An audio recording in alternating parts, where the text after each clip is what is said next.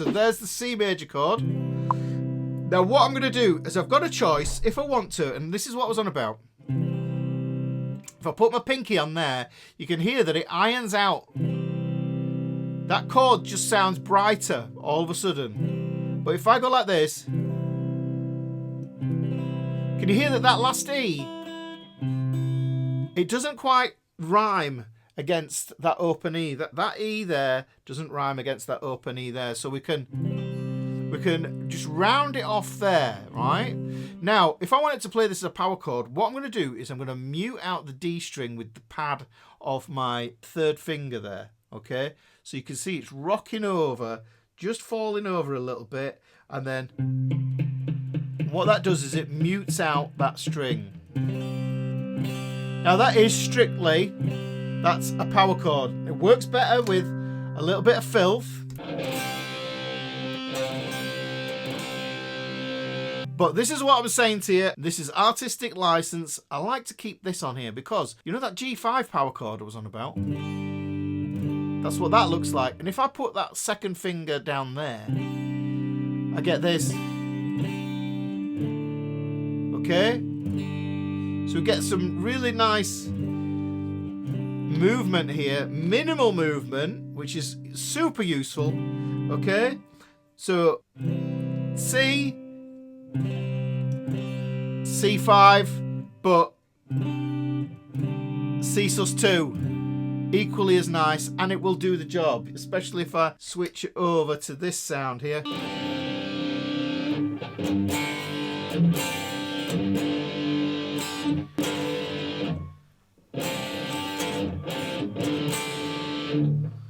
Then we get into the other shapes as well. So we've got the C shape out of the way.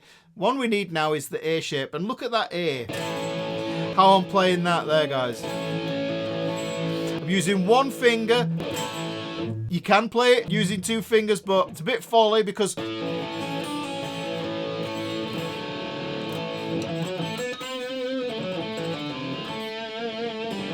want to be able to use them to play other things as well. This finger,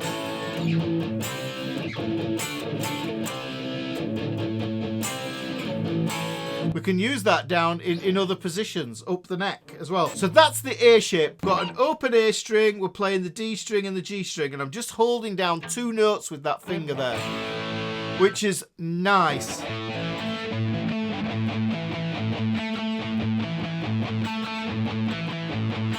So far we've got, like I say, these are the ones I like to use. That's my C, that's my A.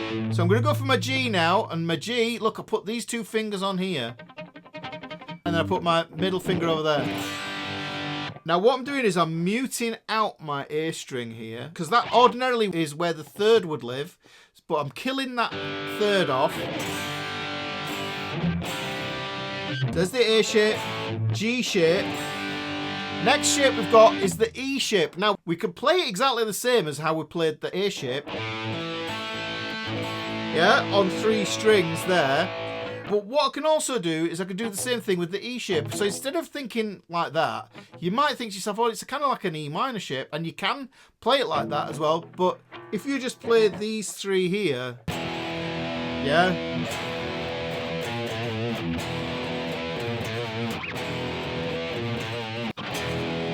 Yeah, so that's the top three strings. Now, if you want, you take your E minor shape, and I love this one. This is my personal favourite, E power chord. We can take those two fingers and roll them over and mute out the G string. Remember, because that G string, that's where the third lives. And we had the fifth and the root available to us on the other two strings. If we want a big ringy E5 power chord, get that there. So what I'm doing is I'm strumming through all six strings. So all six strings, big ringy chord. Very compact and chunky chord is this one here. Now we're going to come back to the E and the A shapes.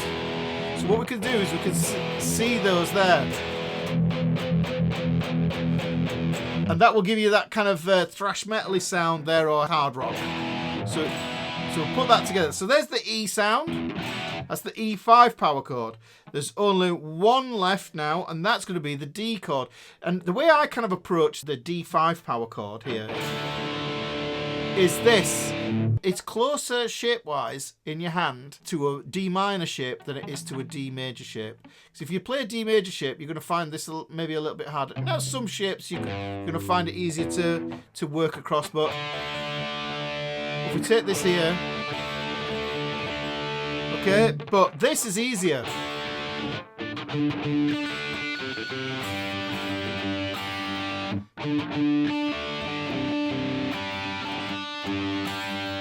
So that's just showing you the use cases that you get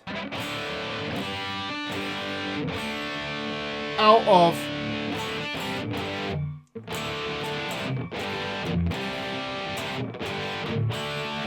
the cool thing about this one that I really like when we move from this D, because we've got this anchor point, this anchor finger here. Notice that that finger stays exactly where it is, and I can move over to the C shape, which is why I like the C sus2 here, to this G. There, okay, so that's a D, C, G.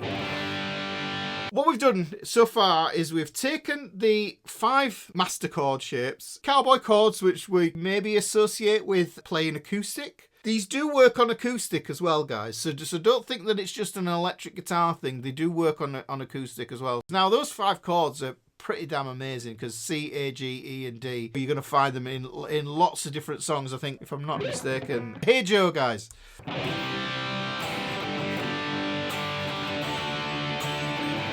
I've got it. I found it. I had to play this is the funny thing, guys. I had to play the cowboy chords to get there first, but what I'll do is I'll switch those out. So instead of the C, I'll play the C sus2.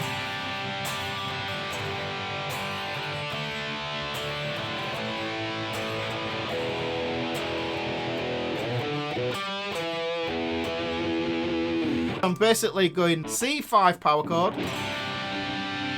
Hey Joe, where you going with that? Gun in your hand. I could even play it like that. That big E5.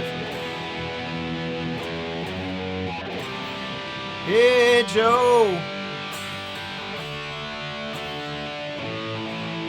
with that gun in your hand.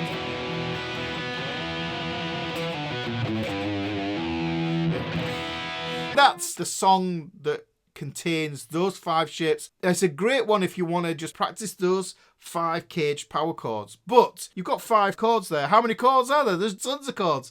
So after we've dealt with the open power chords, what we need to do then is to lock into the power chords that use frets, the fretted power chords.